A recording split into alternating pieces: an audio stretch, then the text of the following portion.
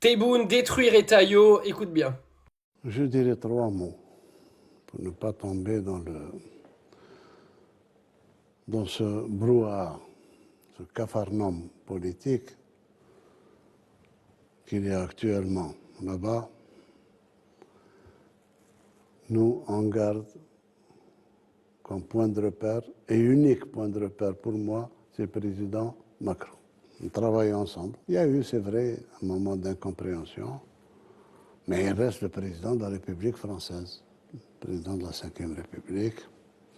Et personnellement, tous les problèmes doivent se régler avec lui ou avec la personne qu'il délègue à juste titre, dont c'est les prérogatives, à savoir les ministres des Affaires étrangères, je ne sais pas d'en. Sinon, pour le reste, moi, en ce qui me concerne, le dossier contentieux créé de toutes pièces avec la France, il est entre de bonnes mains, il est entre les mains de quelqu'un de très compétent, qui a toute ma confiance, c'est le ministre des Affaires étrangères. C'est tout. Tout ce que je peux vous dire dans ce sujet-là. C'est deux États indépendants, une puissance européenne, une puissance africaine. Les deux présidents travaillent ensemble. C'est tout. Tout le reste ne nous concerne pas. Il y a plusieurs choses à dire là-dessus. C'est que déjà, il explique Tebboune que Retailleau, il en a strictement rien à foutre. Que c'est, bon, on va dire les termes.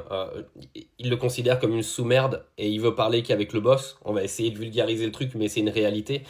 Tebboune, en gros, il parle avec Macron et avec personne d'autre. De toute façon, vous savez, normalement, le président de la République est responsable de la diplomatie internationale. Donc, c'est lui qui a le rôle de communiquer avec les pays d'à côté. Ce n'est pas Retailleau qui a ce rôle-là et qui n'aura pas les prises de décision également sur ça. Deuxième chose à dire, je trouve Tebboune comment je pourrais dire, d'un calme et d'une sérénité qui est quand même assez hallucinante. Nous, on a un président qui est surexcité, on a des gouvernants qui sont surexcités H24 à essayer de retourner l'opinion publique, à venir dire que l'Algérie est la cause de tous les problèmes en France, etc. Et de l'autre côté, vous avez un président qui parle, mais tranquille le gars, en mode... moi, je parlerai qu'avec le président, tout ce brouhaha créé de toutes pièces par Retailleau et sa troupe de Mongols, c'est pas grave. Enfin, franchement, le mec, il est d'un calme, ça me tue. Vous savez que ça énerve, hein, ça énerve. Hein. Quand vous êtes en train de vous exciter sur quelqu'un et que le mec, limite, il en a rien à cirer, c'est d'autant plus puissant, tu vois.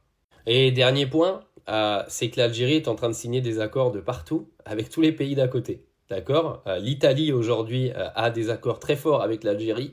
L'Allemagne a des accords très forts avec l'Algérie. Le Royaume-Uni vient de signer des accords avec l'Algérie pour que l'anglais devienne la première langue étrangère en Algérie et que ce ne soit plus la France. Je crois que vous vous rendez pas compte en fait. Il y a beaucoup de Français, vous êtes en train de dire ouais, la France veut faire la guerre à l'Algérie, on est en train de gagner. Vous gagnez rien du tout.